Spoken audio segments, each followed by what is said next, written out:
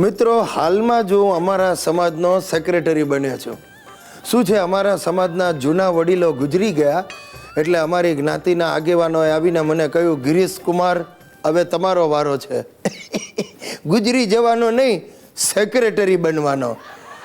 અને મેં ના છૂટકે હા પાડી. આ કાળી ચૌદસે જ મેં સેક્રેટરી પદ સંભાળી લીધું. દિવાળીથી દિવાળી સુધી મારે સેક્રેટરી તરીકે સેવાઓ આપવાની.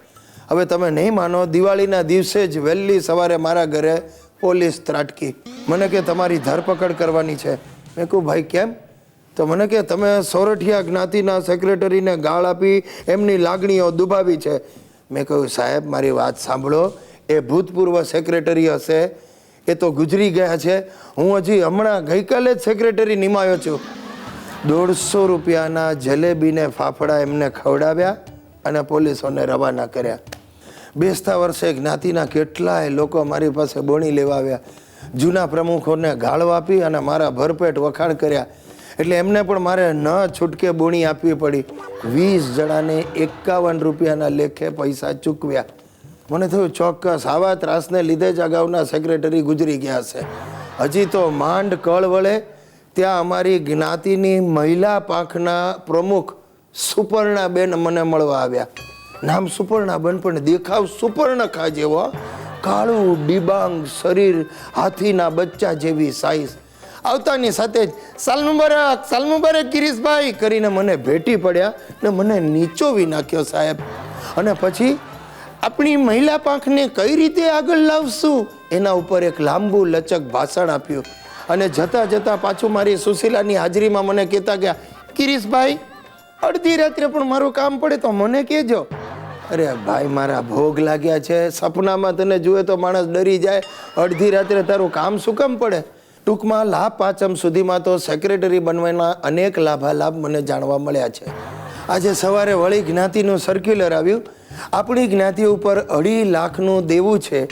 એ આપણી જ્ઞાતિના નવા સેક્રેટરી ગિરીશ કુમાર મનોરંજક કાર્યક્રમ કરી ફાળો ઊભો કરી અને પૂરું કરશે. મને લાગે છે હું કાલે જ મારું રાજીનામું મોકલાવી દઈશ. દર્શક મિત્રો, માફ કરજો, હું આજે તમારી સાથે વધારે વાત નહીં કરી શકું. આજે હું જરા રોકાયેલો છું, કારણ કે આજે ભીખેશ કુમાર નથી આવવાના. આ ભીખેશ કુમાર એટલે અમારા જમાઈ નથી. આ મારે ક્યાં દીકરી છે? આ તો ભીખેશ કુમાર એટલે ભીખો, અમારો ઘર ઘાટી. અમે એને લાડથી ભીખેશ કુમાર કહીને બોલાવીએ છીએ. સાહેબ, જમાનો જ એવો છે કે હવે ઘર ઘાટીને લાડ જ કરવા પડે. આ મારી બૈરી સુશીલા ઘણીવાર એનું મગજ ફરે ને ત્યારે મને તુકારે બોલાવે, પણ અમારા ભીખેશને તો એકદમ માનથી જ બોલાવે. અરે મને તો ઘણીવાર મોઢે સંભળાવી દે, તમે ચૂપ થઈ જાઓ, વર બીજો મળશે, નોકર નહીં મળે. આ ભીખેશ કુમાર આવે ને એટલે સવારના પોરમાં એને ગરમા ગરમ ચા ને બિસ્કિટ આપવાના જ. પછી ભલે મને ચા સાથે 2 દિવસ પહેલાની ભાખરી આપે. ભીખેશ કુમારને તકલીફ ન પડવી જોઈએ, કારણ કે એને જો તકલીફ પડે તો અમારા મેડમને તકલીફ પડે. આજે અમારા ભીખેશ કુમાર આવવાના નથી. એમની બેનને પરણાવવા માટે ગામડે ગયા છે. પાછા મારી પાસેથી 2000 રૂપિયા એડવાન્સ લઈને ગયા છે. એટલે આજે બધું ઘરકામ અમારે કરવાનું. ચા પાણીના વાસણો બાપુજી ધોશે, પોતા સુશીલા કરશે, પણ કચરો મારે જ કાઢવાનો.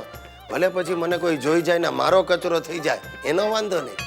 અધૂરામાં પૂરું. આજે જ સોસાયટીની ટાંકીની મોટર બગડી છે, એટલે મારે બાજુવાળા પ્રીતિબેનને ત્યાં ધક્કા ખાઈ ખાઈને 10 બાલદી પાણી ભરીને લાવવું પડ્યું. જોકે પ્રીતિબેન તો મારા પ્રેમમાં પડી ગયા. અરે આખી સોસાયટીની બહેનોને કહી દીધું કે વર હોય તો ગિરીશ કુમાર જેવો જ કેટલું કામ કરે છે. આ સાંભળીને પ્રીતિનો વર મારા પર બુરાયો થયો છે. આ સુશલી સાલી દર 2 મિનિટે મારી પાસે આંટા ફેરા કરાવે છે. આ બાજુમાં શાંતાબેનને ત્યાં મેળવણ લેવા મોકલ્યો.